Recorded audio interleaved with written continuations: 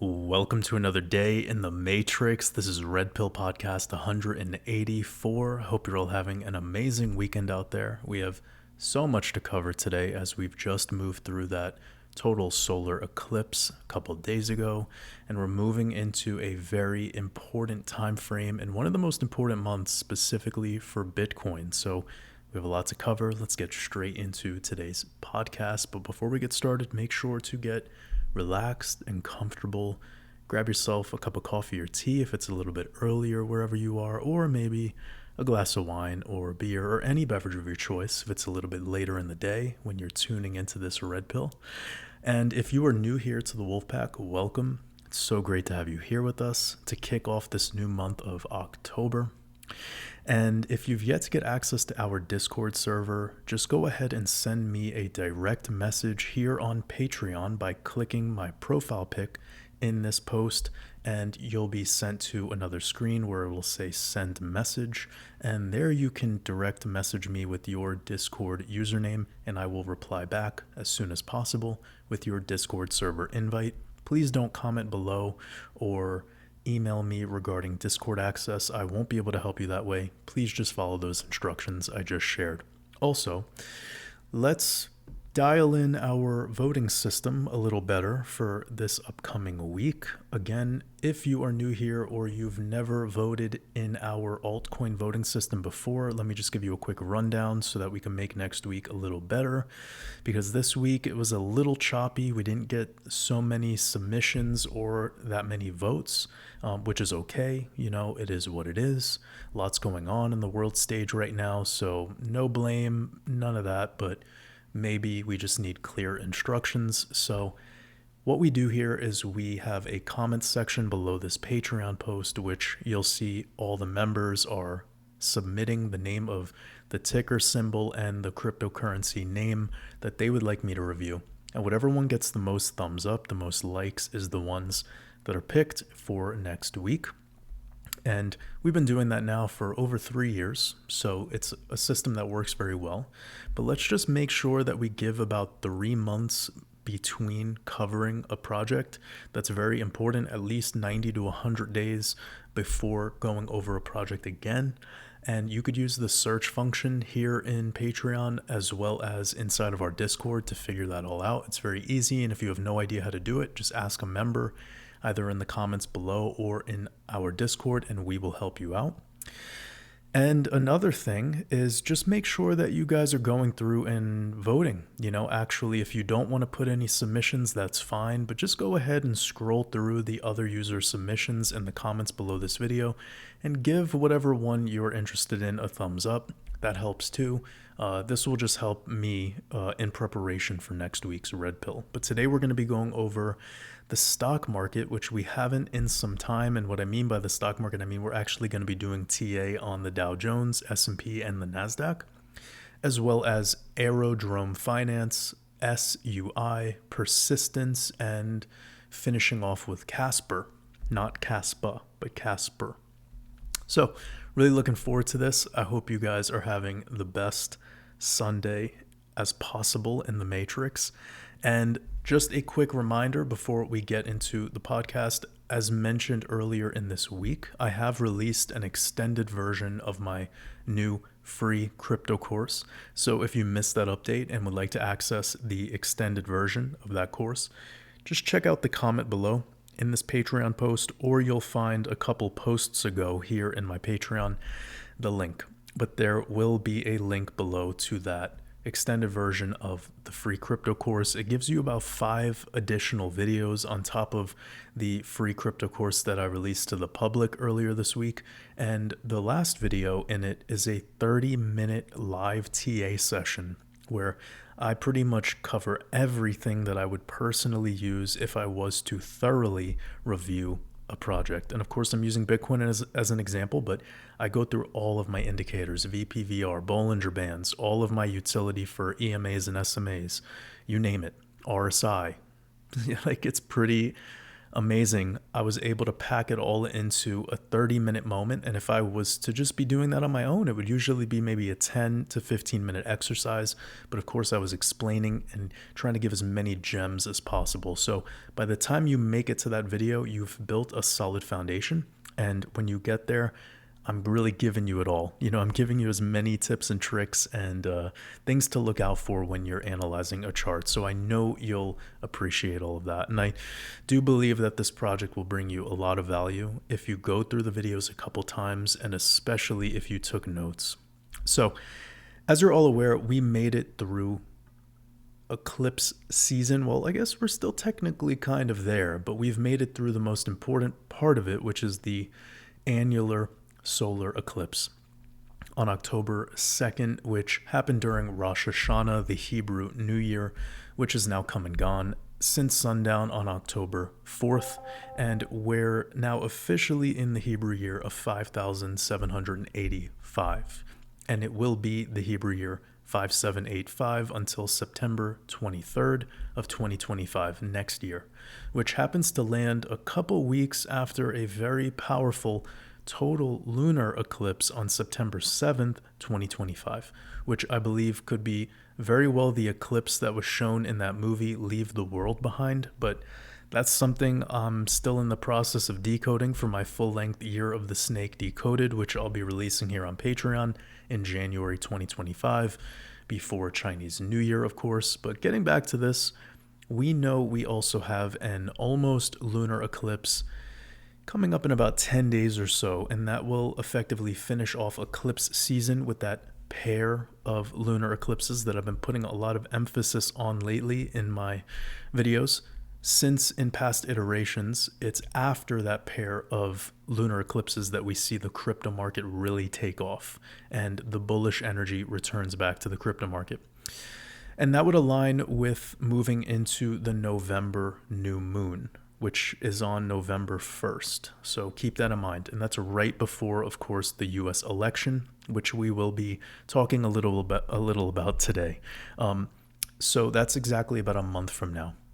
And now with the events happening in North Carolina, South Carolina, Tennessee, and a couple other states, it's clear that this eclipse season was no joke. And when you add on the escalation that's unfolding in this war leading into the solar eclipse a couple days ago, it shows the apex predator has no mercy, and they're really looking to take advantage of this pent-up energy and to release it effectively the way they did. And we still have the whole next month ahead where you won't be able to go a single day without hearing the politics talk leading into November 5th. As we move closer to that event, naturally, I'll share my thoughts and my intuition, but ultimately, I really want to focus on protecting my prana during this moment, specifically when it comes to the conversation around politics and the US election, as I am not picking sides and I don't believe in a government. I believe in myself and I believe in my people, and it's these Zionist globalist governments that are led by transhumanists who are the parasites of our realm. So there's no way I could support any side of which they operate on. You already know this and you already feel this. See, these apex predators' main agenda is to keep us in fear and distracted, and to keep us feeling defeated in regards to the future and where the world is headed. And that's a trap. It's a trap for your emotions, and I'm not gonna let them trap me. And you need to know right now, the reason you're here, the reason you're aligned with this space at this exact moment in time is because you aren't gonna let them trap you either. You're aware there's a game being played, but the game isn't for you. We've woken up to the game. We are students of the rules. And after reviewing those rules carefully, we realized that this whole game runs on our life force energy. It runs on our prana. It is the gasoline for this gas tank. And I'm here to utilize my prana honorably. And hopefully that inspires others to tap into that essence as well. So I'm prepared for whatever they throw at me at this point, and I'm expecting this upcoming selection to be the biggest prana harvesting experiment in US history. I'm sure many of you can feel it too. And you know you're surrounded by millions of hopeful, good-intentioned, solid people who are unfortunately leaking their prana into this experiment. And in the process, they've lost their relationships, and the few so-called quote unquote relationships they have are with things that are outside of their immediate realm. They worship politicians more than their own families. And that's the trap of Zionism, to have you worship the state and your quote unquote rulers. And that's the antithesis of the wolf pack. We're doing something different here. And I'm so grateful to be a part of your journey, and know that I have not led you during this process at all. I am not your leader. You're your own leader, and I'm simply just a moment in your journey. As I always say, I am speaking to the ears of leadership, and that's you. Now let's get back to this, but I just felt it was needed to share, that stream of consciousness in times like these especially. So you're aware of our upcoming almost lunar eclipse I just mentioned moments ago, and my thesis moving into November around these elections, with the months of November and October specifically being the most bullish months for Bitcoin. And since it was October 1st on the monthly open when we had that push down into the solar eclipse the following day, which I mentioned for you to expect before it happened, and it effectively happened, just like it did in past iterations regarding our final solar eclipse of our solar cycle. And what I mean by that is that we have this mini correction leading into the day of the eclipse. And so far, when I check in on the monthly chart, Bitcoin's only down 1% as of today. And that is getting closer and closer to being neutral, every dollar closer to 63K. So just keep that in mind.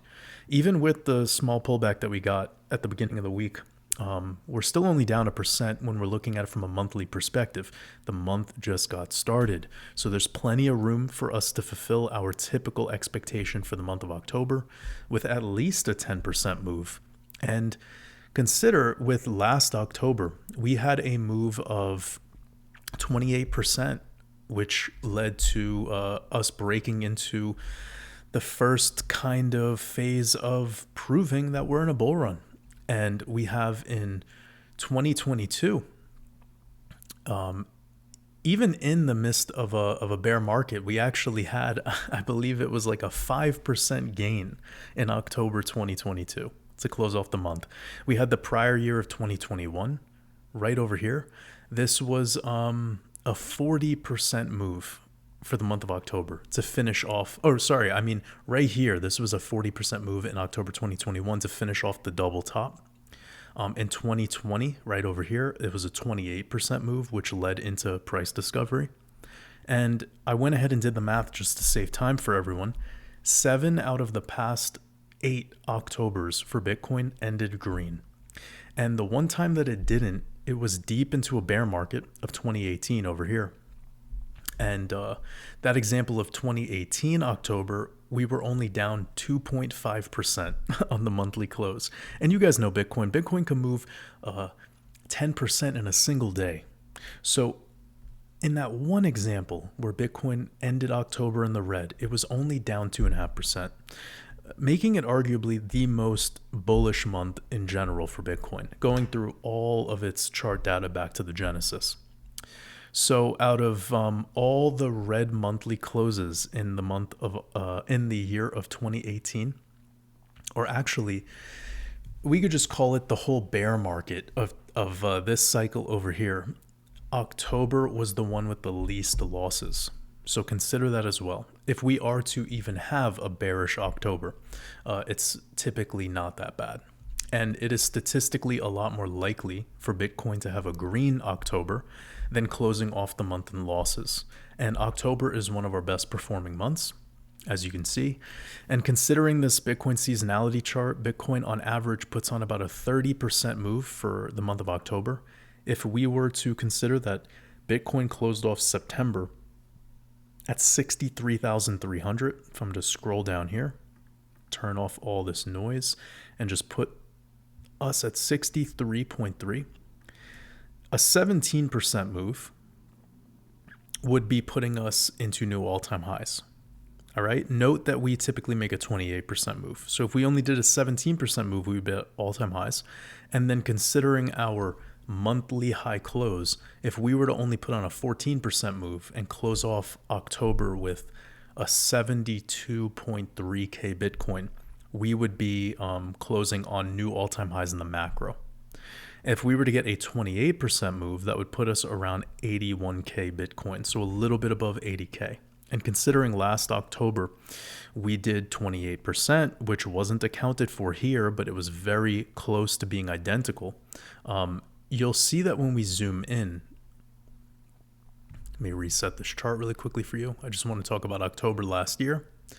We were actually topped out immediately at the beginning of the month. We're talking about the micro cycle here. And then we corrected into the 11th, 12th, 13th, 14th even. So halfway through the month, meaning that all the gains that came in for the month of October of last year were pretty much happening at the end of the month. So again, this aligns nicely with the overall analysis that I've been sharing regarding the pair of eclipses that we are kind of closing out on very soon. That October 17th, almost lunar eclipse. And since I brought that up, make sure to check out my new Instagram. I'll be sharing more clips with highlights from what I teach here, such as this pinned post right there. Check that out if you can, because I actually recap my outlook on this particular eclipse season that we're in now. And this is pulled from a video that's about a month ago. So I shared this far in advance to these particular eclipses.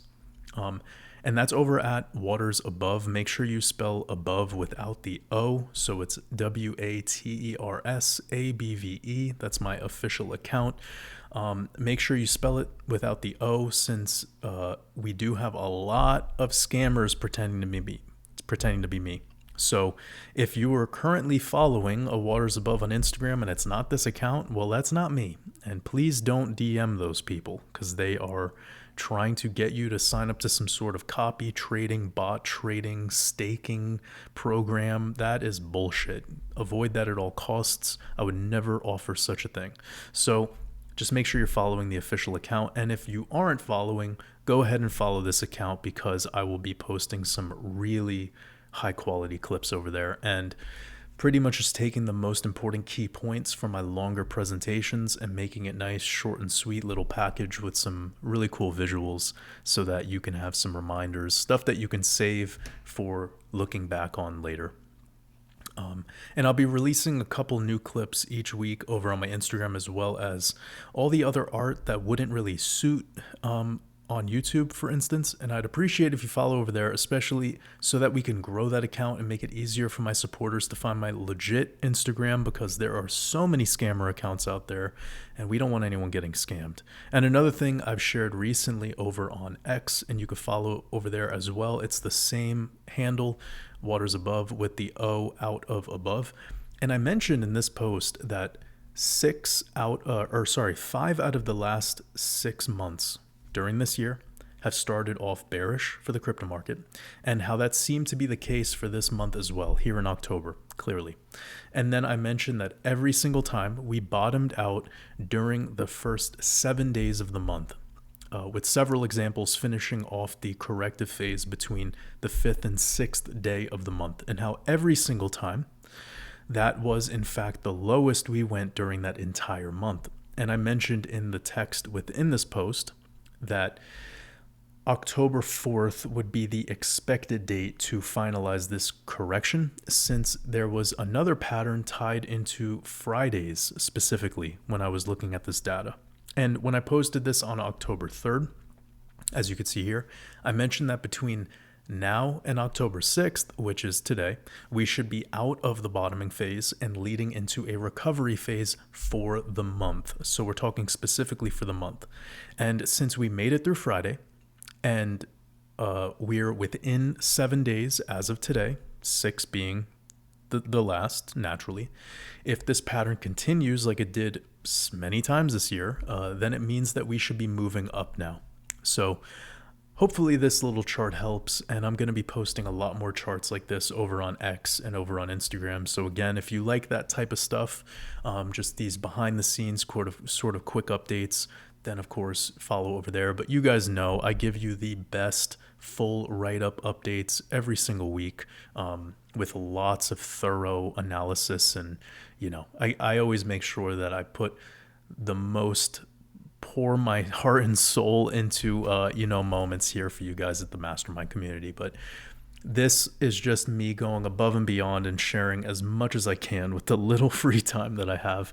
And I know you all appreciate it. Well, getting back to this, when I tap into what was happening back in this chart and what's happening today, we can see when we zoom in that October 2nd, or the day of the solar eclipse, was actually the lowest daily close that we've seen so far.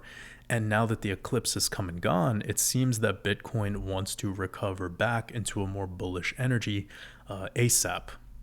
So another thing I mentioned in that new Instagram clip that I told you to go check out, because it does bring up a lot in less than a minute. Another thing that I brought up was Saturn retrograde. So I actually want to touch base on that really quickly with you all regarding Saturn retrograde. And it's very important to keep that in mind, that as Saturn finalizes its retrograde phase before stationing direct again, this is when we have some very big moves for Bitcoin. So I'm going to quickly open up this Saturn retrograde chart and show you what's going on here.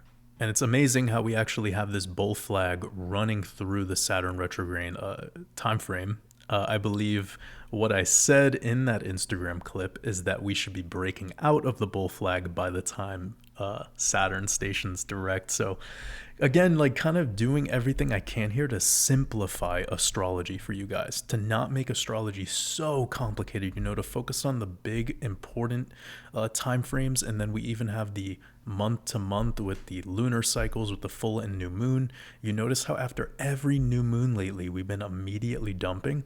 Well, what do I teach? You can go into that free course of the free crypto course. It has a dedicated moon phases tutorial, and I show you that it's after a new moon moving into a full moon is when we correct, and moving out of a full moon into a new moon is typically when we are bullish, moving up. But check that course lesson out. And I also, in your extended version of the course, you get even more data regarding solar and lunar cycles, solstices and equinoxes. I mean, I really went above and beyond and gave as much of the esoteric data as possible so you could understand why the market is doing what it does. But getting back to the Saturn retrograde analysis, the last Saturn retro from June into November 2023, it got really bullish pretty much in the last 3 weeks. So you can see right here, from about here to here, there was a 30% move in 22 days or so, but we'll just call it the last 3 weeks. And then this actually led to a bigger release of energy where Bitcoin just exploded to the upside after this.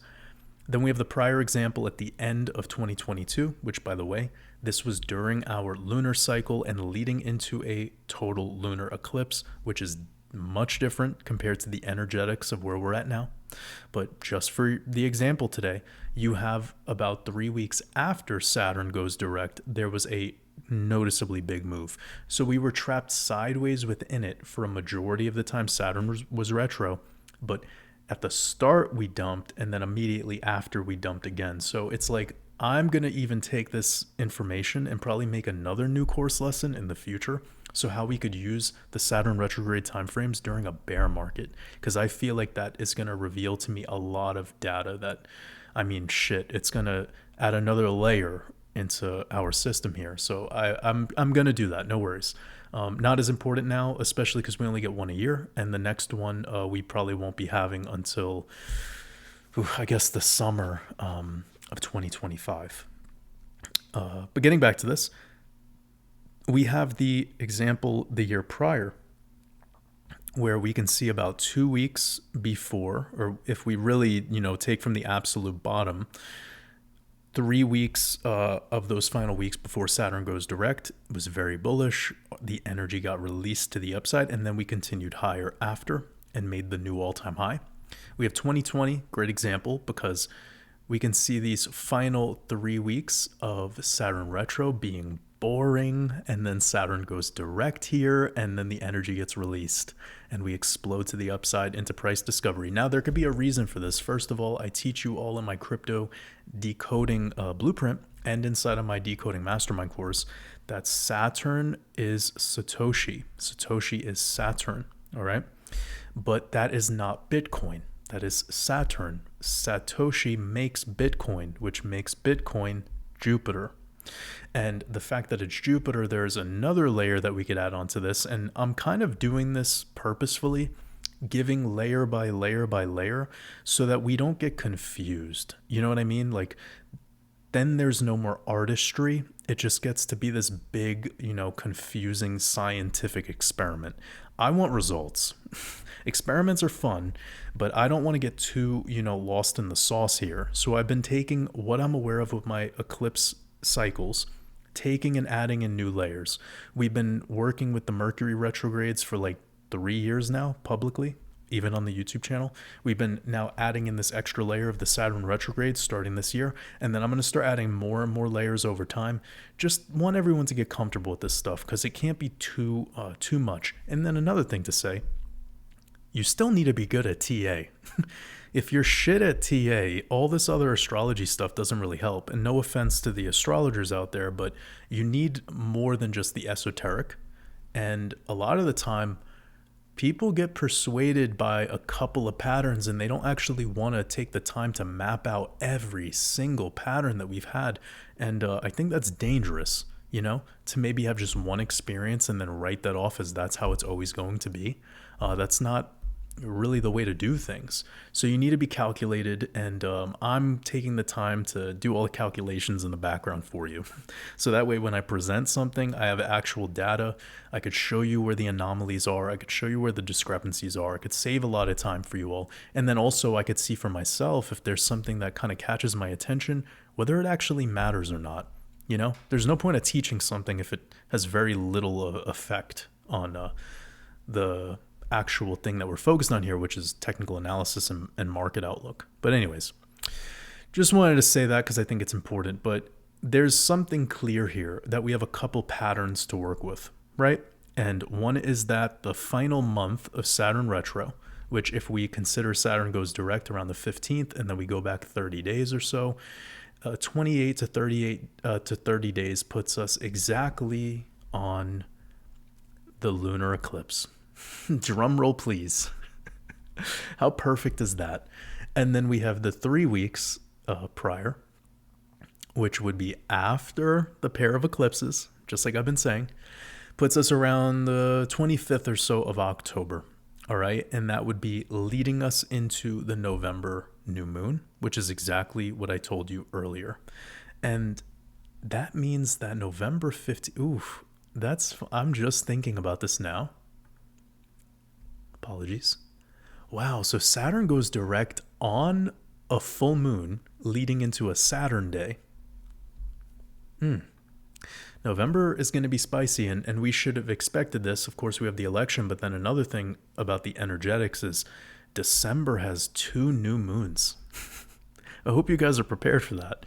You thought this year was fucking crazy. Wait till December. We have 2 new moons, which is a black moon, and a Saturnalia sandwiched in between it all. Fuck. It's gonna be wild. It's gonna be wild. I'm excited. I'm always positive. This is probably gonna be one of the most interesting Decembers, going back to at least 2020. Because that was the first holiday season with C19 and the lockdown, so that was very awkward. But I'm not saying it's gonna be that event again. Definitely not. I don't feel that. I'm just letting you know, like, when it comes to the energetics and the weirdness and the confusion and all of that and the distractions, this December is going to be epic. And remember, the purpose of Saturnalia is kind of tied to the idea of the purge. And also Saturnalia, mythologically, it is the practice of switching power roles, so like the masters become subordinate to the slaves, and the slaves get to sit at the dinner table and the masters serve them, right? It's a flip in power roles.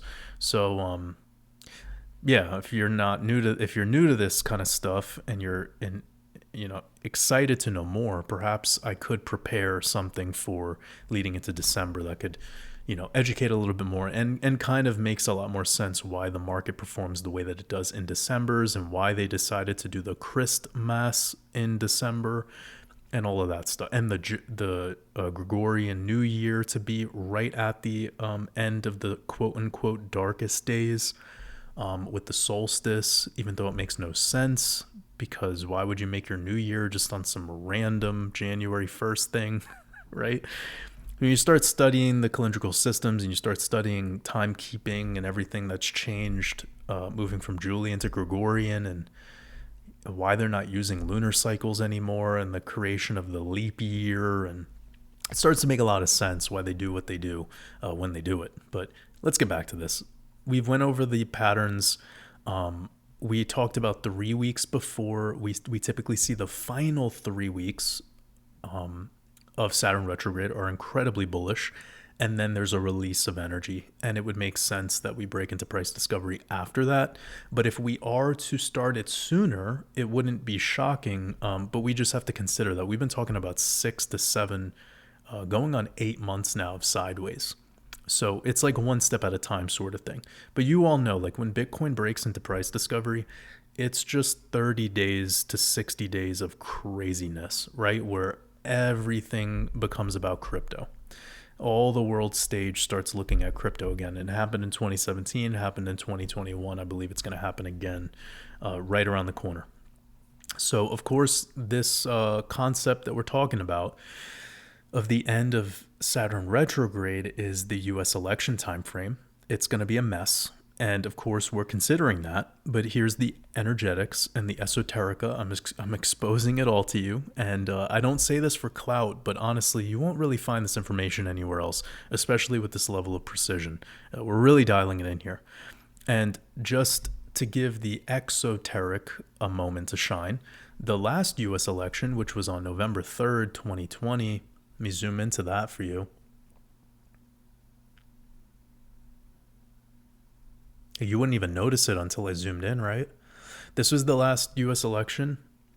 And if we look at the Bitcoin chart back then, there's really nothing crazy going on. It was just another day in the matrix. Really nothing out of the ordinary for Bitcoin during that time frame. And that was a big upset for Trump to lose, right? And that was like the first presidential election or the first president to lose re-election since CIA Bush Sr. in 1992, almost 30 years prior. But the point I'm getting to is that when we look at the market, it wasn't bringing any excess volatility regarding the actual election date. And again, it's because that stuff doesn't rule the market at all. We know what actually rules the market is gematria, numerology, and astrology. Also, when you go back to November 2016, let me quickly get back there. This is always fun to do, right? To actually look at what happened in the charts. Not speculation, actually take a second to just look at what happened. And here we have the month of November. We were sideways and nothing really crazy going on. Nothing out of the ordinary. By the way, this wasn't the election day, so this date was just isolated. But really nothing wild at all. Like, I mean, typical Bitcoin price action.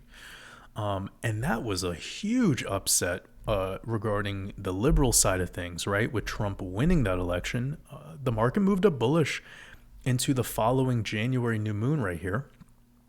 In both of those examples, both dealing with Trump and both dealing with a similar market environment of an election during a generally bullish market.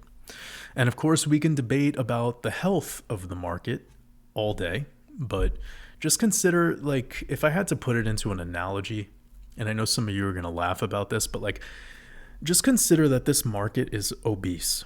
And when somebody who's obese, no offense, puts on an extra 50 pounds, well, you barely notice it. But when someone who's lean puts on 50 pounds, or when someone who's overweight, slightly overweight, loses 50 pounds, they look like a completely different person.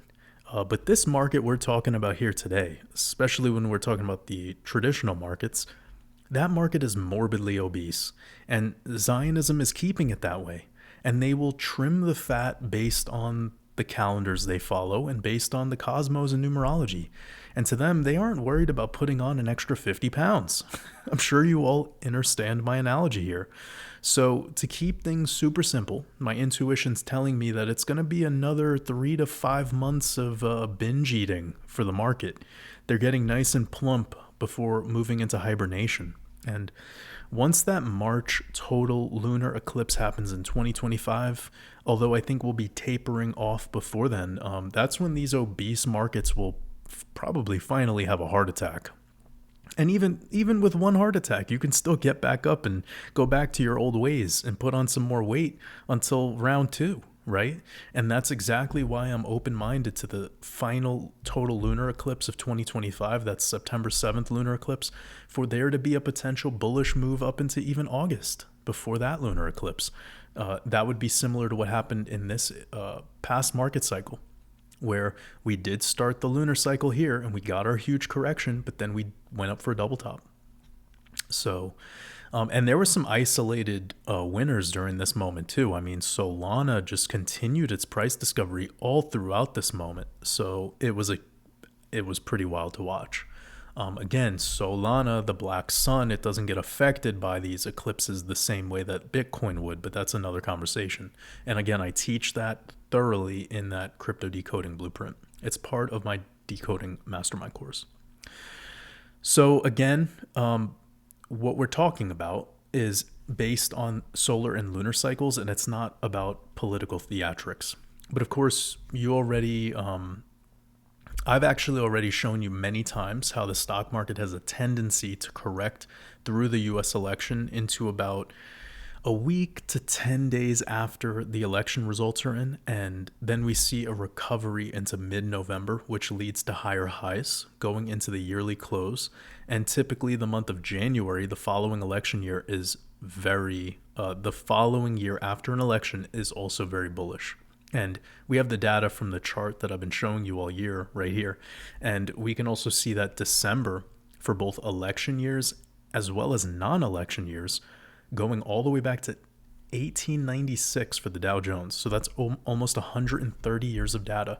This turns out to be a very bullish month, arguably the second best performing month, which is neck and neck with July. And remember, I just told you a little bit ago about August and how I'm open-minded to having a very bullish July and August for 2025 if a couple of, metrics or confirmations are met. But I can't get too into that right now. It's very theoretical.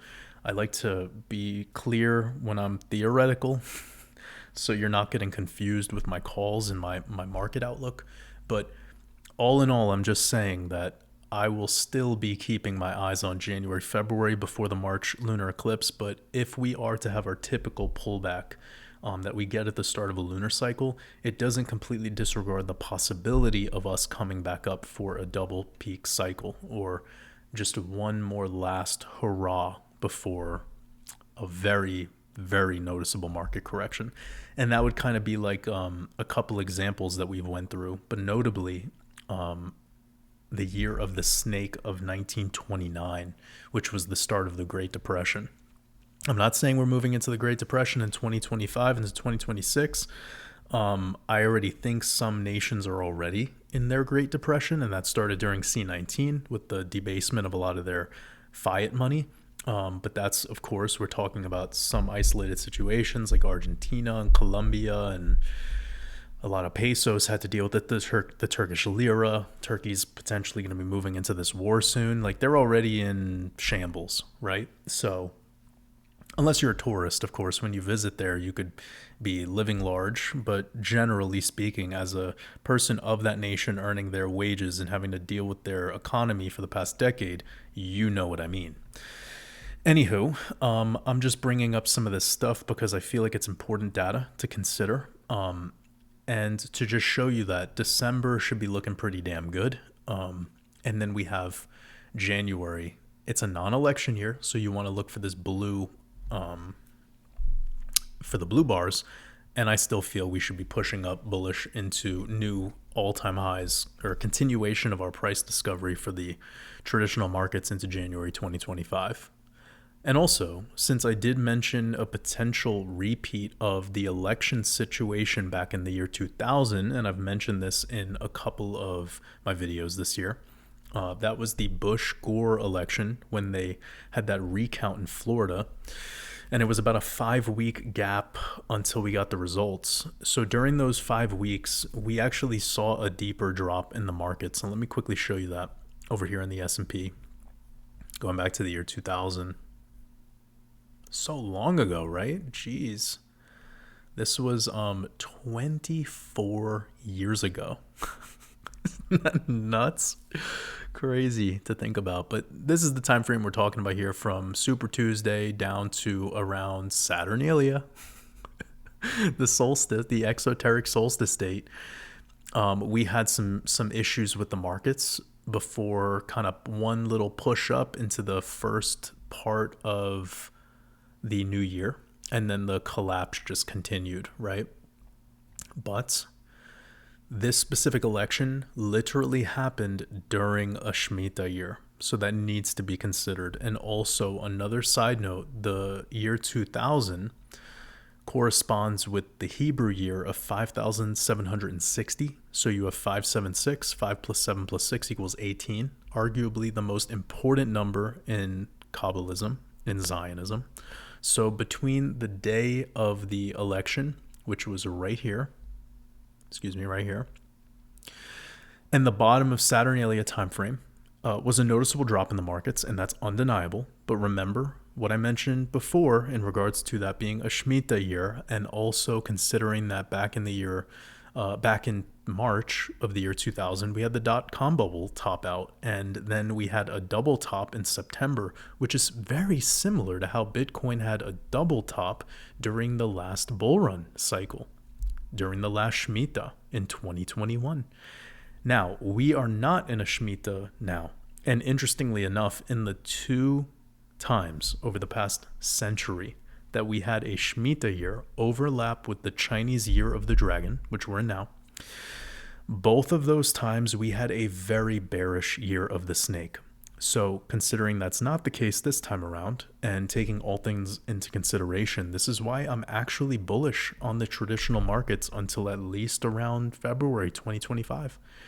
But I still feel it's important to revisit this year 2000 example, since it's likely we do get delayed results for this election between Trump and Harris, followed by a very strange week after November 5th. And I mean strange for like dealing with society. You all know what I mean. And consider that the full moon of November is on the 15th.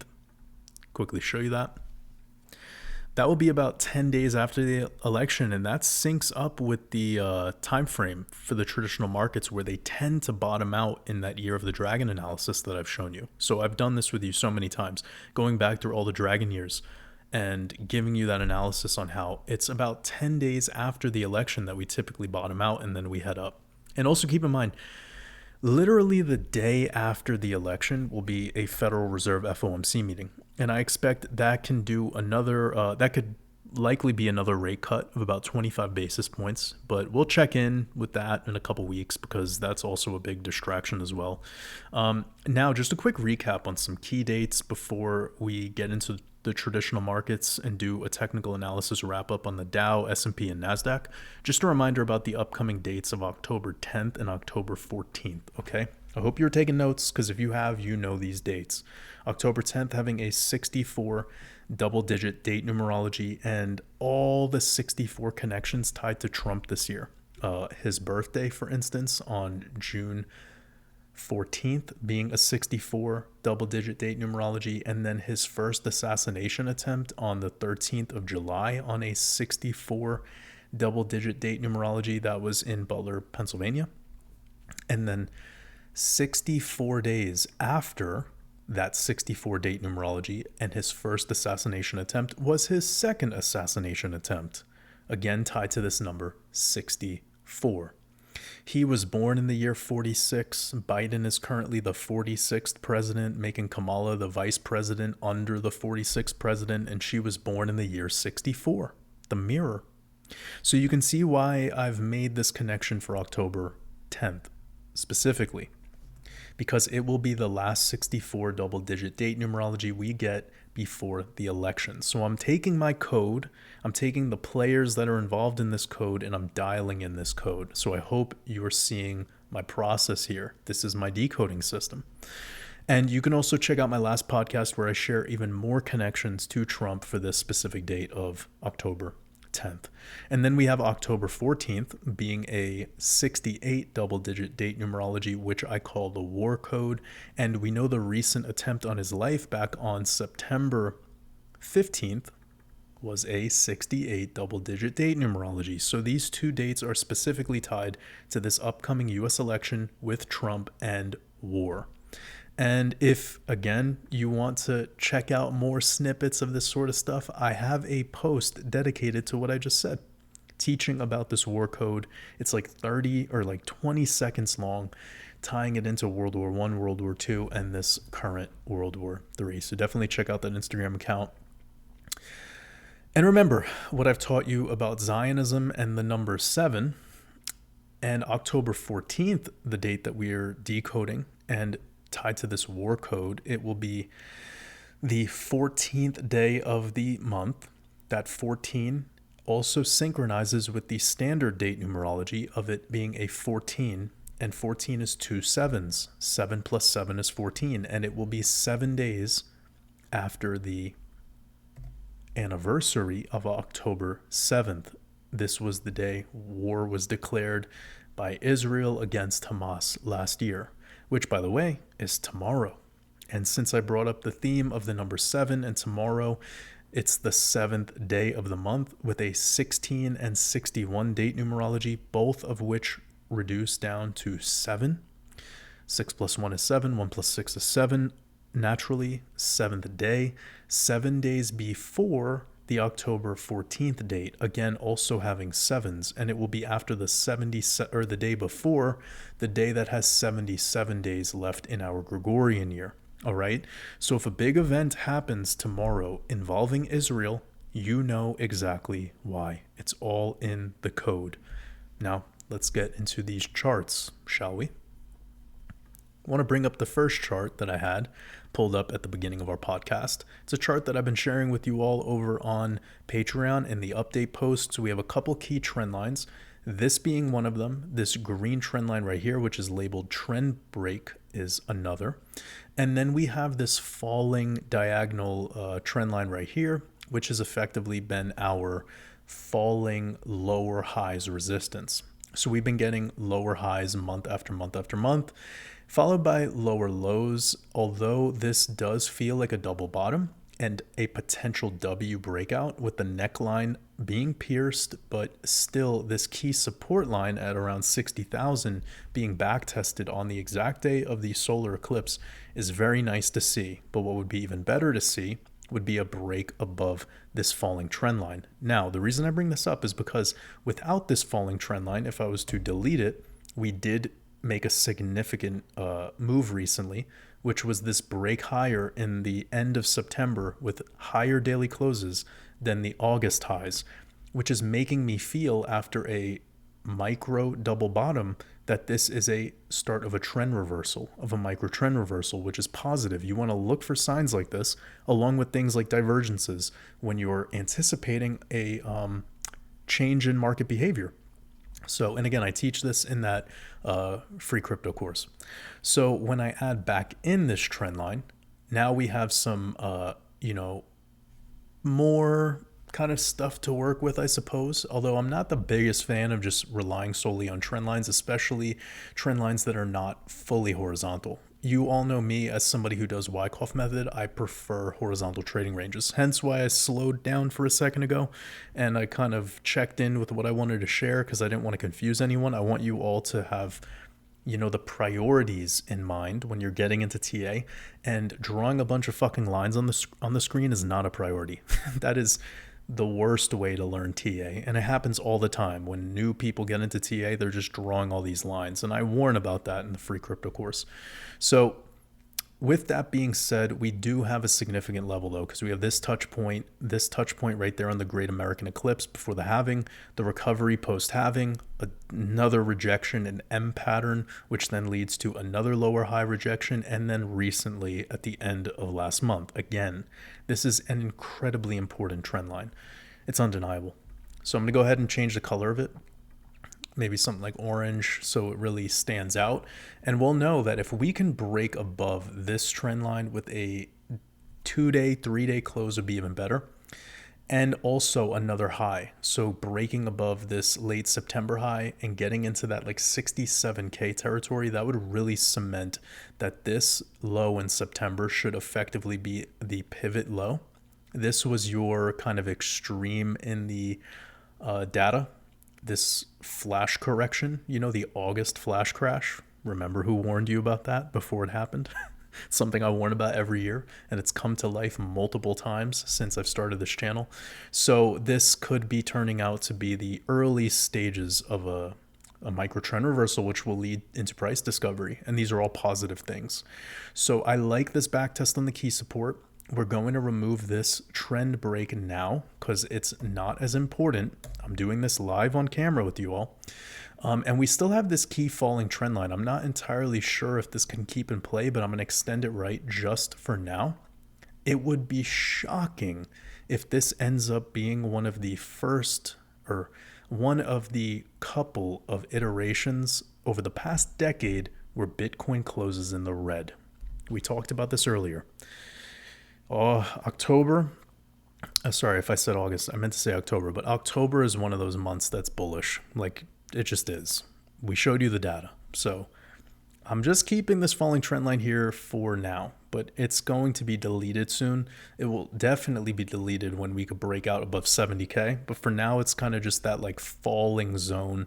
Maybe if we got a black swan event, I think we would bounce there, and if I was to draw a horizontal trend line across the screen, which takes you from this low that we got in May Day, all of this cluster right here, a retest here, and a couple of days of being below it here. I mean, it wouldn't be too weird to see us have some sort of event like that and then get quickly bought back up, which has been the case every single time. But remember what I showed you in this post, how by the second week and moving forward of a month, we're in recovery mode, and that's what I feel is happening too. So I'm going to keep this key support here.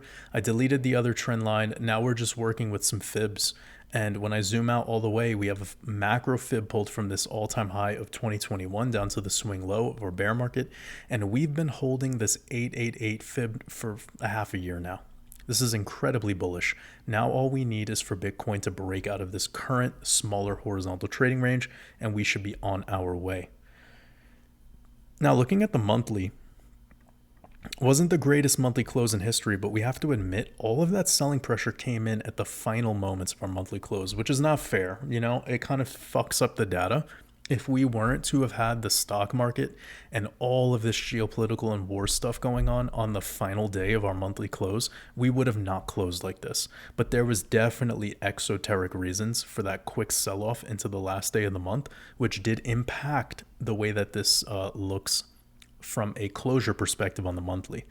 But it just is what it is. I'm not complaining. It's just we had some insane developments in the situation with Lebanon, even Russia coming into the situation, into the conversation, We had developments in Yemen as well as Iran. I mean, it just got really, really shaky in those final days of the month. And that was leading into the solar eclipse. So that was the ritual.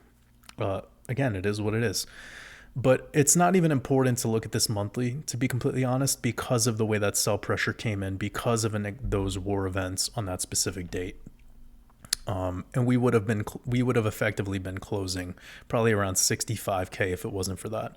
Now, looking at the bi-weekly, which I believe we're just wrapping up today, if we are to get Bitcoin back above, I mean, this is a big ask, but if we are to get Bitcoin to have at least a green doji, that would look okay.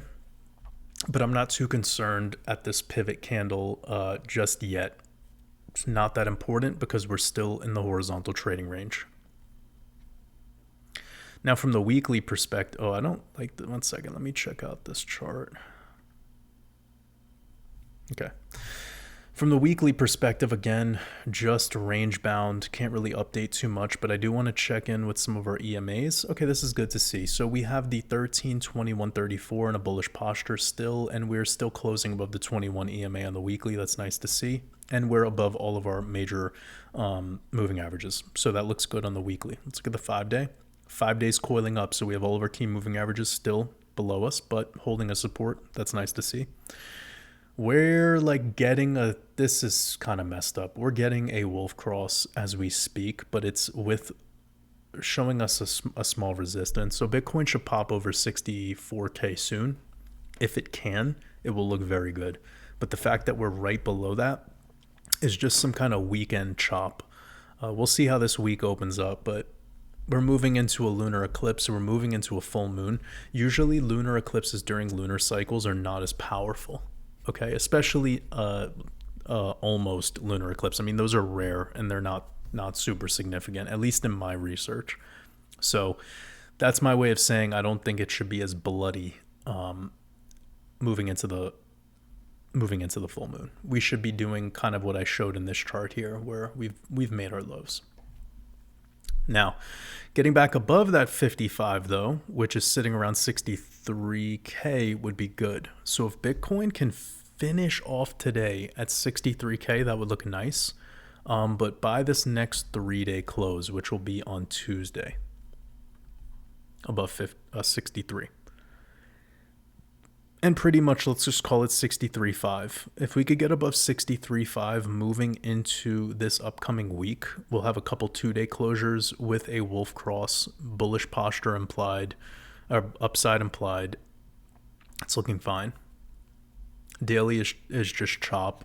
You're not really getting a whole lot of data on the daily. The one thing I do like to see, though, is if you watch the wolf cross tutorial, I mentioned that after we get a wolf cross, which is right here, we tend to backtest the 55, and we did. And we backtested the 55 and the 200 exponential all at the same time, and we could be getting a daily back above the 8 soon. If we can start closing dailies back above this 200 simple, which again is 63,500, things would be looking a lot better. But it's really about this higher high that we've made in this start of the trend reversal. It would be nice if we can get one more push. And that puts you at about the 66K level. So there is definitely, based on the monthly performance for Bitcoin, a big opportunity for nearing the end of this month to be putting on some serious gains. And we have the charts pointing us to that, especially with very low volatility right now. Let's look at the weekly.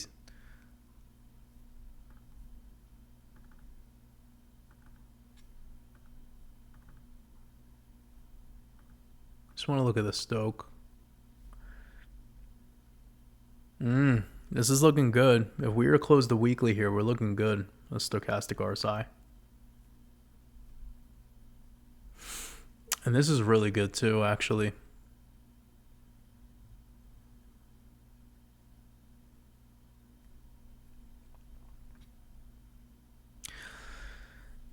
Wow, yeah, we've been really it's crazy to see how low the volatility's been lately. From my level of experience, it's been so much sideways. It's like we have to make a move soon. All right, anyways, I should actually quickly check in with the stock market. I'm losing track of time here. We need to move through.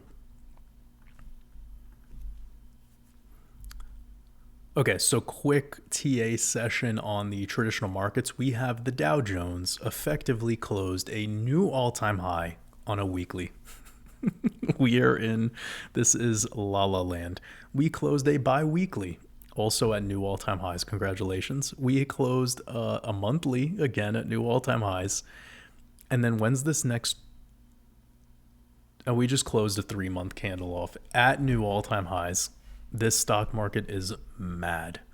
So I suspect 25 basis points cut on this post-election FOMC meeting. It's going to, like I said, we have like 3 to 5 more months of binge eating for this obese monster of a market before it has a full-blown heart attack. This is crazy to watch. Look at the daily, see if I'm getting anything. So daily close, new all-time high, quick bounce back test, but it was short-lived. So everything that happened in the last FOMC is just in perpetuity to what we all expected. I got kind of caught in a lot of people's crosshair when we had the 2008 comparison to when was the last time we got this 50 basis point cut. It was like in 08. There's a couple of examples and people have reached out to me in regards to it. And I was just saying, like, look at all the times they made that move. And it was always during a Shemitah year. So that's one key component to bring in. And then the times where we went up after such a decision, it wasn't during Shemitah years. And we are not in a Shemitah year right now. And I think they have us way too, no offense, because these are real things, but I'm just neutrally sharing this right now. They have humanity way too consumed by these elections. And of course, there's the real fear of war. And then there's some serious issues going on with quote unquote natural disasters. So like none of this gives the time to markets being a focal point, right? Like, so it's only true real investors who are like situated in a good spot right now that could see what's happening, you know? I know it sounds like insensitive to say, but it is just kind of what it is. They use politics and they use these geopolitical things as distractions so you don't make good investment decisions and you get emotional. So it's just insane to see 50 basis point cut at the last FOMC. We're closing new all-time highs on really important candles such as the weekly, bi-weekly, monthly close, etc. And we've like basically almost reset the RSI on the daily in the last meeting. So like they say, we're moving on up. S&P is the same story, so I don't need to spend too much time, but we could push a little bit higher to effectively get a new daily close high, but the weekly was a new all-time high. So from a more macro perspective, that's crazy. And one of the things that I shared in my S&P analysis was the year 1964. I hope you guys remember that because in 1964 was one of the year of the dragons. It was also the year of the wood dragon, which we're in now. And we actually moved up through the election. Let me show you right here. So you see, we moved up through the election all the way to around like America's Thanksgiving. And then we had our pullback in December, but still had a, let me see.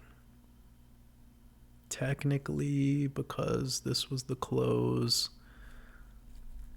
like a weirdly flat December, but we did push up through the election, and that's strange. We don't see that too often, and especially in dragon years. But what we do see is that we just maintained our uptrend and continued higher and higher and higher until May 1965. So I'll be releasing a clip soon kind of recapping that, but this is insane if we were to repeat this, where we just push new all-time highs all through October, all the way into November.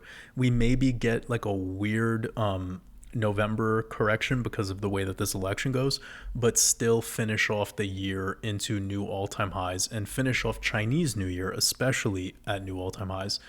And then even the Chinese New Year's aligned. So it would be crazy. This was all during the U.S. entering Vietnam, by the way. Just keep that in mind. After the Kennedy assassination, which happened right here. And the market, by the way, responded bullish to Kennedy assassination. It responded bullish to the USA going into war. So I'm just saying, like, it's the esoteric, it's not the exoteric.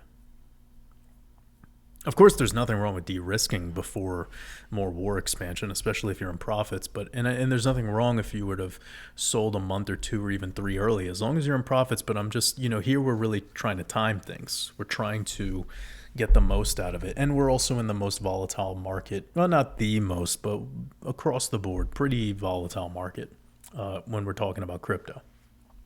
So S&P is looking pretty wild right now. Literally within like a couple of points move, we would be at new all-time highs. Let's check the NASDAQ, though. The NASDAQ's in this interesting situation where it topped out back in July. It had a pretty substantial pullback, but higher lows into August, around the August new moon. Then we've had a push higher into the late September timeframe, which we've also seen across the board. Even for Bitcoin, we saw us push a little bit higher, and then right now we've back tested the 702 fib, which I like to see. So I've pulled a fib in this case because of this big swing high to swing low. This is a pretty dramatic correction for the traditional markets, by the way, to see a 15% swing. But this new move higher in this recovery feels like it's just one of our typical mid-cycle corrections in the midst of continuation. And the time frame of this all happening and a breakout into new highs was actually in November of last year. So it's a repeat sort of the same essence. And that's not anything weird. You need to have corrections along the way. And this is the NASDAQ. This is a very temperamental, kind of like teenager. A lot of these companies that are holding up this huge market cap and make up a majority of what the NASDAQ is, they're young companies, right? You all know this. They all are similar to Bitcoin and cryptocurrency. They're all very new, and a lot of them have grown quite recently due to Fed policy and lending policy and everything that's happening. So, you get it. Wolf Cross, upside implied, really nice backtest on the 702.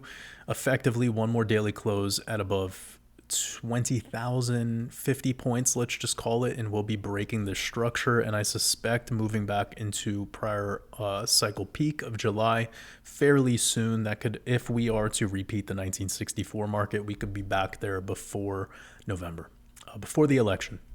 And then that could be something to consider.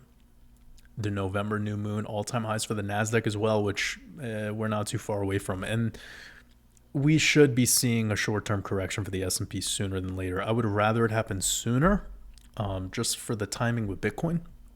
But Bitcoin, with the eclipses in particular, kind of sings its own song. Let's get to Aerodrome.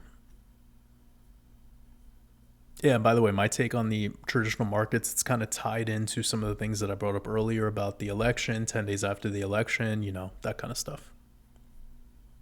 Looking at Aerodrome.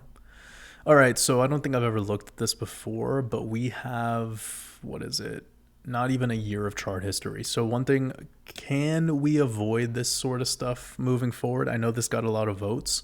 This is a very interesting chart. Crazy move in a couple months.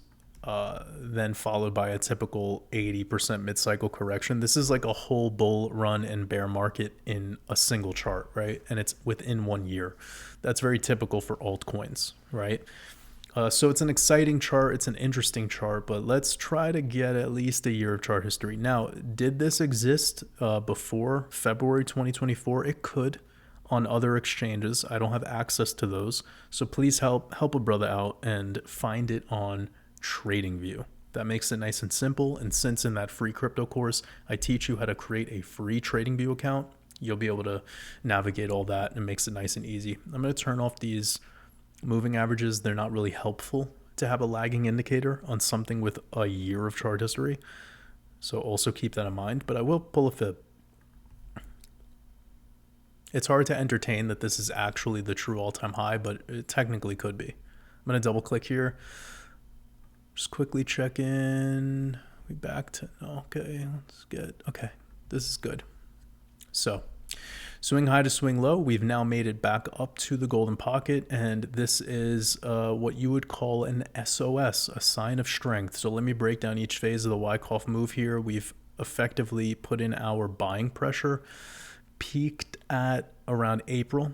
Buying pressure is exhausted, followed by a deep correction of 80+% into July. This would be your selling climax. Then this quick move up right here past the 382 fib is called your automatic rally. Then you have your spring, very typical in a reaccumulation.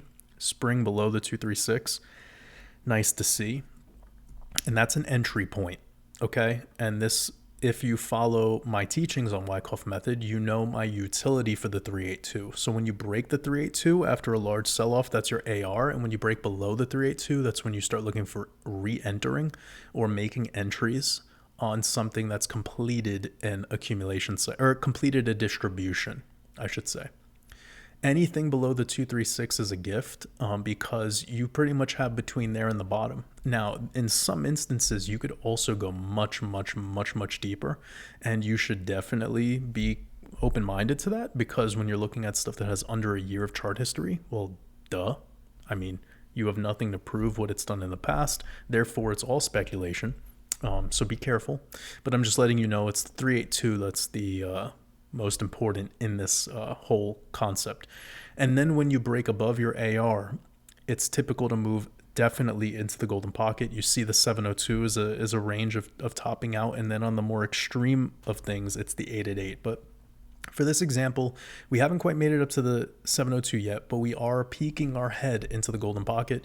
So this, in my opinion, is a completion of the SOS phase, the sign of strength phase, because you've broken above your AR, and look right here. When I hold my cursor and you look to the left, you've gotten a back test on the top of the AR. That's very bullish. So the next thing you want to see is a break of this high right here of September 29th, and then you'll be moving into the final stages of your reaccumulation schematic, which I also teach inside of the free crypto course.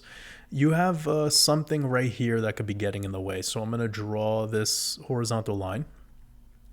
You see, when we broke above this level, we came down to it for a couple weeks, held it on many, many retests before peaking out. And then when we broke below that level, that was when we entered this really bearish phase. So we're pretty much would you look at where it is? The 702 fib. So this is why it's important to learn how to use these fibs. It's really the big reason why I put it in the early stages of that free crypto course.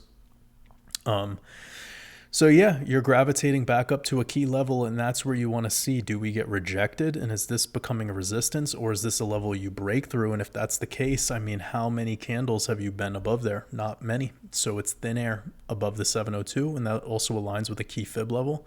And you could be on your way to continuing price discovery after this. The next big target I would look for personally on Aerodrome is, 1 second. Double click here, turn this on linear, and we got about 350. So it's about a double from here. It's about 120%. To get close to this 702 would be a full 200% move. And on the more extreme side of things, 4236 to a 6 spot extension is definitely in the cards. And you're looking at about 700% move, which is amazing. Of course, it's incredible if we are to make it to the 1618 on the logarithmic fib pull around $7. But we would need an alt season for that to happen. I don't think it would happen in isolation like it did over here. I think it would have to do more with Bitcoin's price discovery, kind of like the XRP situation. Speaking of which, because that finalizes this analysis, one thing I would say to look out for if we get rejected here, or if there's any short-term pullbacks in the crypto market in general, look for this 0.5 fib. If we break below that, we're coming straight down to the 79-cent region pretty quickly, but that I don't think will go much lower. And I'm generally more bullish moving forward than I am bearish, as you're aware. So I think retesting this all-time high could be happening even within this month into the early part of November for Aerodrome. I totally forgot about ETH. Not too much to say here, but we do have this major trend line still holding. Touch point back in July, December over here in October, which we are in now. And we see the way ETH broke out during this phase, but we are in a very bearish posture right now with Ethereum. You know, when we're looking at this neutrally, not emotionally. I don't like to see this. We would need about a 100% move from right here to even break all-time highs. And it looks like these ETH ETFs were kind of a flop. I'm not really sure why, but I think, in my opinion, if I had to share my opinion, I think ETH wasn't made for us. ETH is kind of like a Bitcoin, where it was made by intelligence, and they make it have high gas fees and They made all the problems on it on purpose. It's like planned product obsolescence. You guys have maybe heard about this. Apple does it. A lot of tech companies do it, where they make a product purposefully to break at a certain time. But it's all a part of the scheme. It's all a part of the agenda. And I don't think ETH is going to break. I just think all of the things about it that suck on purpose. It's not because the people who made it are idiots, and it's not Vitalik Buterin. He's a spokesperson for this nefarious blockchain tech. He's just the spokesperson of it, okay? Don't get it twisted. These guys they have handlers, all right? Anyways, I know that could sound conspiratorial, but you guys probably have done enough research on your own to connect the dots. Anywho, this structure is not the nicest thing to see. Anything below 3,500 at this time looks sketchy, and the fact that we have yet to recover back above the 702 fib, whilst Bitcoin would effectively be somewhere around here in relationship to the cycle peak of March, it's showing you there's a lot of weakness in Ethereum, but that also has to do with Bitcoin dominance. So Bitcoin dominance is likely to surge up very soon and start getting into 60%, which is a call that I made a while ago. When you see us back at around the 60% range, which would be putting us back into kind of how things were before we had the run up to the 60K territory for Bitcoin in the last cycle, the price discovery moment, I think we could repeat that. So just consider that Bitcoin can move from where it's at right now at about 58 to like 62, 64% fast. And during that move, ETH is going to be very elusive. It's going to chop. It could still be below all-time highs, like around 4,000. And then when that rolls over and Bitcoin dominance keels over, we'll see that alt season. Most likely in Q1 2025. Let's look at XRP. Okay, so I know people want my commentary on this whole situation with the appeal, but it's like I already warned you about this, guys. The moment that the case was quote unquote over, what was it, within 24 hours? Let me show you. Within 24 hours, I made this video right here. This was released on August 8th, 2024. I said the XRP case is not over, and I said here's what actually matters, and people were calling that clickbait. It was not clickbait. It was just watch the video. Also, I appreciate the support, you guys subscribing to the YouTube channel, of course, but I made that video for a reason, because I was aware of the legal system to an extent enough to have competence to share my outlook, and I knew that there would be an appeal, and I knew that it would happen very close to the deadline. And I also mentioned the solar eclipse. I literally mentioned the solar eclipse in that video and how that's pretty much right around the deadline. So we saw what happened. XRP came down for a pretty sharp correction, but with that being said, is it really that big of a deal? Because we're just still in the same horizontal trading range. And again, in that video, I share regarding the title, when I say, here's what really matters, I talk about Bitcoin price discovery and the significance of that. So I am not bearish on XRP. I don't think this move that just happened is bearish, because it's just going back to where it was last month. I mean, at this point, it's hard to make XRP much more bearish than it already is. There's not much more selling pressure left, guys. This is good news. Everything I just said right there is positive. There's not much more selling pressure left. I am not going to entertain a 20-cent XRP or a 30-cent XRP at this time. Sure, maybe on like a wick, it could be possible, but I don't see it. Like, if what happened a couple days ago couldn't push us down, yeah. But now what does this do? This does prolong the case more. And you know what's going to be hilarious? If Bitcoin breaks into price discovery whilst this case is still ongoing, and we see XRP go higher than it did over here on July 13th, I almost like win an inside, like a bet that you make with a friend. Like, how many times in my videos have I said it's not about the case. It's not about the SEC case. So if we are, I don't know what the deal is with this appeal. I'm like exhausted right now, even giving a shit about this SEC case, for obvious reasons. But if we are to see within this small time frame of moving into November, Bitcoin price discovery, and we're to also see XRP get above the July 13th peak, which is when XRP was no longer deemed a security, that would be proving literally everything I've said to a T regarding XRP and its relationship to Bitcoin, not its relationship to what's going on with the Ripple SEC case. Let's get to SUI. Kind of going out of order today, but that's fine. Okay, very interesting. So we're at like double top vibes right now with SUI. We have chart history going back to May 2023, so a little bit over a year. I have to say, just to be honest, I don't like charts like this. This is a 77% mid-cycle correction. This has had two 75% corrections in a year. Shitcoin. Okay, so be careful with this stuff. Like, this stuff is fun to trade, but you really need to know how to get in and out. Now it is potentially going to be breaking into price discovery soon, but I'm just saying, like, I don't love to see multiple 70% corrections on a fairly new asset in such a short period of time. It's not very, doesn't make me feel confident. I'm sure we're around the 888 right now.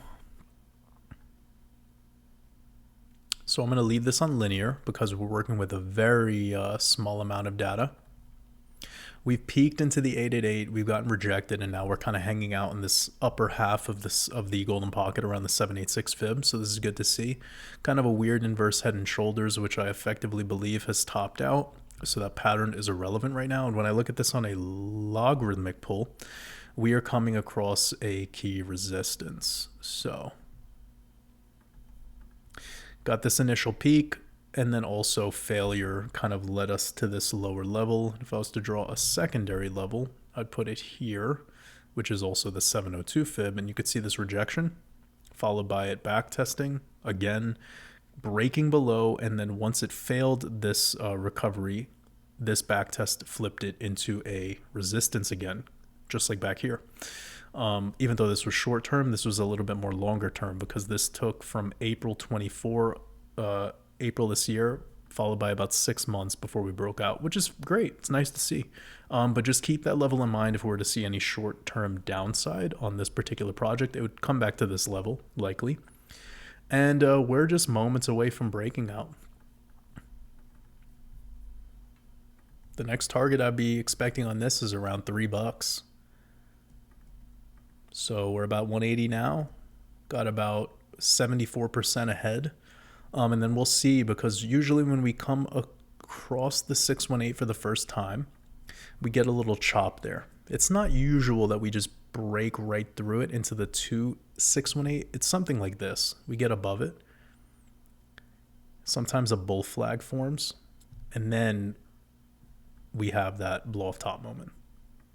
But here we get this little bull flag around the 618 level, especially on assets like this. I've seen this happen a million times now. So many different examples. So anyone who was positioned in this during the lower half of this trading range, which came in multiple times, congrats.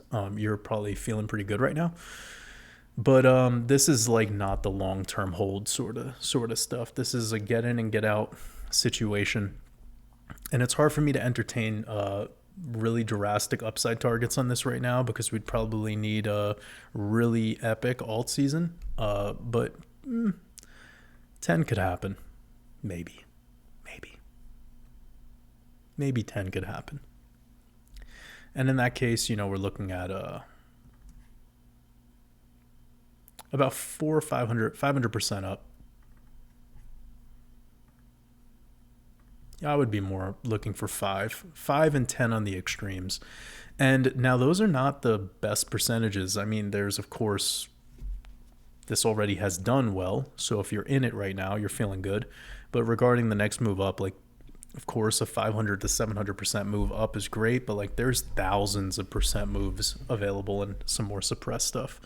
So with this type of chop, and the upside target ahead, I'm not personally too interested. And just very limited chart data on the past 2 charts, so that's hard for me. Oof. Oh my God, what the hell am I looking at right now? XPRT. Wow, this thing has had many heart attacks. God, there has to be a chart I've started. I've definitely went over this in the past, right? Yes. Okay, beautiful. Oh my God. Wow, this is rough.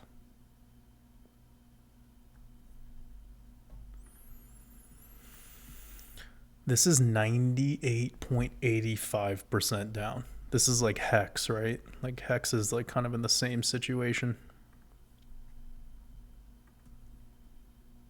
Hex is 99.5. Oh, sorry, persistence.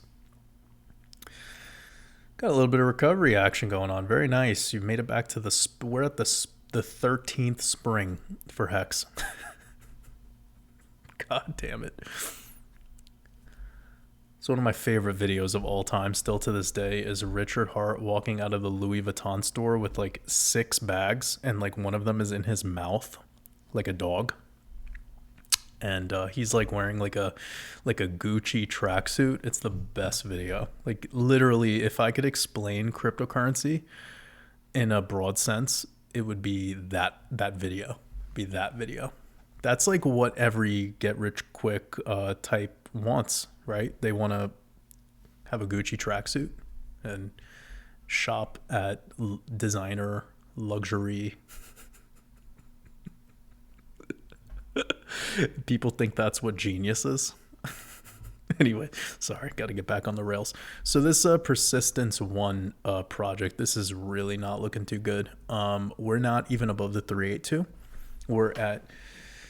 We've had no real trend reversal vibes. This was short-lived, and the fact that if I was to zoom in with this move up here, it was breaking back below this level, which makes us look really bad. And the fact that we've come up to it a couple times since and got rejected is making it even worse. So you could see I have eyes like a hawk. This was the key level, and I don't like the fact that we got rejected here in July and in September, and now we're like, what else could we do besides a double bottom? And this was your W, short-term bullish move, and you couldn't even get back above the 382. Now, if I was to measure this, I think this is going to be about 10,000% to the upside. Oh my God, I'm so close. 8,800 fucking percent to get back to all-time highs. So it's like this thing has lost all of its value. It's been perpetually in losses. It's in price discovery to the downside. And it's getting resistance on a key level still to this day. So no bullish energy at all. Why do people know about this project? I'm kind of curious. Is it because of like the XRP sort of weird, maybe psychological connection people may? I don't know. This is bad. This is real rough. But, if you bought this bear market and if you even get back to the 702, congrats. I mean, fucking amazing. 2,000% move. I do not think this thing will ever go into price discovery to the upside. I think it will remain in price discovery to the downside. The best chance you have is maybe the golden pocket, and then I could even entertain it going to 0. Because this type of chart right here, it's never been through anything. It hasn't been through the C19 crash. It hasn't been through like an actual long-term recession with current Fed policy. It hasn't caught back up to anything that Bitcoin's done. So it's not even riding the wave of anything. It hasn't caught up to what ETH has done. Nothing. It's not interesting, clearly, to investors. So from a technical perspective, and then checking in where we're at on this type of stuff today, I would be very cautious of putting new money into a project like this. And if this does break out with an alt season, I mean, if it could get back to $3 to $4, that would be a miracle. I don't think it's going to go to new all-time highs. And I suspect that after whatever this bull run is and next alt season, that this is one of those projects that will go lower than where it did in this bear market. it will have even more panic selling after it peaks. That's just my take. Now, I could be wrong, but this is really not the best chart, you know? Let's look at it in, oh my God. When you look at this chart on linear, doesn't this blow you away? It's like, what the fuck? You can't even see what's been going on lately. Libya before the invasion, Libya after the invasion. It's fucked up. Yeah. Well, you got to destroy it to build a new thing, right? So that's oh God, Casper's worse, dude. What is this? Okay, I kind of like don't even, I should have not put those two projects at the final ones, because this is like roast hour here. Whoa, Casper went lower? Oh my God, it went lower. There was like 4 or 5 people that were really triggered by my Casper analysis all throughout 2023. See what happens when you can't break the firmament?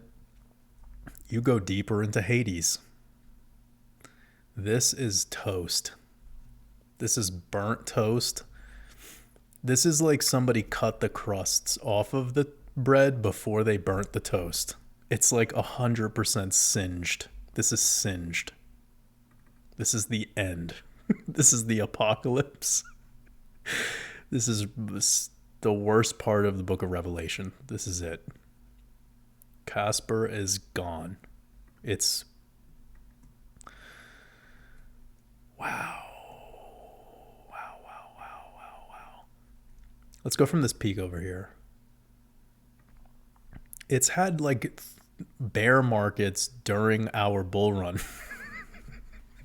Like, what the actual fuck is this project? What's going on here, guys? Can you explain something to me? Why is this coin even a thing?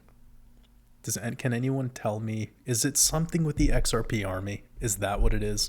It must be. That's the only, like, it has to be the XRP thing. I don't know where else it could be. I know that this project's available in Uphold, and Uphold is like definitely part of the XRP army cult. I just know now, based on watching a couple snippets of interviews of the guy who's the alleged CEO or whatever. No offense, you know, but you know my take on cults. They're dangerous. And, you know, I think my one big thing that made me worried about all of this stuff is when, what was it, Chris Larson said that he was endorsing Kamala, and everybody started like freaking out about that. That was my moment where I was like, the XRP army is the worst. Like, they really are. So if you think about it for a moment, why are you worried at all about anything with regards to politics if you're in crypto? I thought the whole purpose of being in crypto was so that we get away from politicians and get away from, and isn't it ironic that the XRP people are the first ones to be like, Bitcoin is a centralized like government, this, that, and the third. But it's like, haven't you noticed that over the last 5 years, every single thing that we talk about with XRP ties back to government and courts? And now you guys are getting butthurt about one of the people involved in Ripple having a political stance. It's like the whole movement is politics. It's like a religion. It's sad. It's fucking sad. And now I know what I said could trigger a lot of people, but if it triggers you, then that means you need to break the spell. I know it's not popular for me to say these things, but it's the truth. You must break through the spell, because what I just said a moment ago is undeniable. XRP is a government coin. Everything that's been keeping it popular over the past 3-4 years is the government. It's the Securities and Exchange Commission. It's potential partnerships that they have with banks that are ran by governments. I mean, you can't name something that is not government about XRP and Ripple. You just can't. I mean, they were located, perhaps they've moved, but they're located in DC. Freemason sanctuary. Anyways, whatever. I needed to say that though, because it's so bad how some people get about this stuff, and I think I'm gonna go ahead and assume that it's something with Uphold, it's something with the XRP army. That's what Casper is, and this thing is being crucified. But hey, if you're able to make it back up to just the peak of April 2023, which was a long time ago, you would be able to get 500%. I don't think it's fair to keep pulling this fib, but I'm gonna. I want to lock my screen here. It's crazy that I have to work with a bear market within a bear market to even do TA on something. That's real bad. So, I mean, you know, when they say what a shitcoin is, this is literally the prime example of a shitcoin. This is as good as it gets. Yeah, man. I don't know. I feel like I just have to wrap this one. This is like talking about a dead corpse. If you're in on this thing and you're at a loss, it is what it is, man. Don't play this game like a gambling casino. This is like betting, you know, it's like gambling. Don't put too much hope in stuff with very limited chart history, and especially stuff where since its inception has been a falling knife, right? This is always why I've said be careful about it. Just don't speculate like just because. All right, you need to have an investment thesis, and I hope that's something you walked away from my my presentations with the awareness of. Like, you need to have an investment thesis, family. This is crucial. You can't really do TA on stuff like this because it's just bear market followed by another bear market followed by another bear market, whilst Bitcoin is literally retesting the same zone that it was back in 2021, which this project is 99% down from. You know, so this is a distraction. Be careful out there. You know I've covered this project a couple times in the past. It's probably best we stop covering it for some time, at least for like a 6-month time frame. There's just no need at this point. Stuff like this is horrifying. So stick to the stuff that actually has shown you in the charts that it could hold up, that it has some performance. Don't just only get caught up in narratives and partnerships and the stuff that's being promised to you, because who does that? Politicians do that, but then they have no fucking results, right? Like every time we're moving into election, they promise, but then once they win, they don't do anything they said they were going to do, and they do even worse things that they said they wouldn't do sometimes. They're hypocrites. Well, that's what happens sometimes with novices when they're getting into an investment thesis. When they're collecting data and doing their R&D, they tend to kind of fall for the politicians' promises. And then when they look in the charts, they don't even know how to read the charts, so they just keep kind of hoping that the promises eventually come true. And here I'm trying to teach you the skill of technical analysis and the skill of decoding, so you don't need to get lost in the false promises of what people are saying to you. You can just go back test this shit on your own, learn the skill, learn how to read the charts on your own. And as I said earlier, I'm not your leader. You are the leader. I am just a part of your journey. So I'll wrap this one up here. I'm sorry we had to end this podcast with this moment, but it was probably actually quite educational for some people. Those who, are really trying to grow and really trying to break free from a couple of the things that a lot of new investors get caught up in. Hopefully it gave you clarity. So things are looking okay right now. It's Sunday. We have the CME, Chicago Mercantile Exchange, opening up in a little bit. We have, of course, the traditional markets opening up tomorrow. We have a big day ahead on the anniversary of this Israel conflict. Things are really heating up, but my key dates are still October 10th and October 14th. Then, of course, we have that almost lunar eclipse a couple days after that. During the 42nd week of the year, our key number of this year, 24 and 42. And now we've moved out of that essence with the Hebrew year since a couple of days ago with Rosh Hashanah. So we're kind of in that breaking point, of energy. I do believe we'll continue to have more escalation in this war, but I also feel that regardless of what happens with this war, regardless of what's going on with the elections, that generally we have the energetics that are pointing up, pointing more bullish. So let's see how things go over the next couple days. I will be sharing another update as we progress, maybe into Tuesday, Wednesday. I'll be sharing another update post. Maybe watch this red pill again if needed. I also have that free course available. You could take that in the meantime and then go follow over there on Instagram and over on X. I'll be sharing some little snippets here and there. I appreciate every single one of you. I'm wishing you all a beautiful rest of your day in the Matrix. Much love.